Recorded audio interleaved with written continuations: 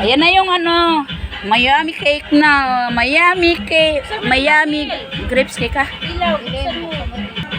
Ayan na po yung ginawa ko kanina. Nag-live ako. Ayan na po ang result niya. Yan. Ang sarap-sarap.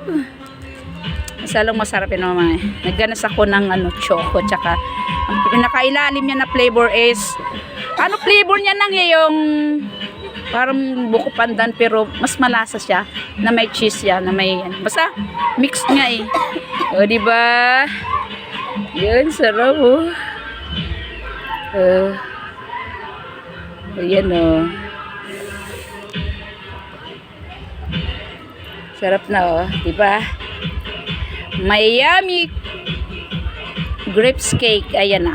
Sarap na yan, masarap na yan, masarap na yan. Pawis na ako eh.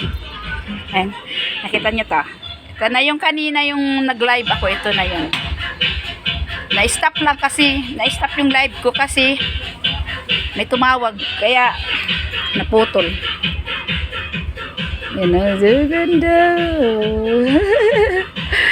Hola. Sarap. Hindi? Sarap na. Masarap talaga.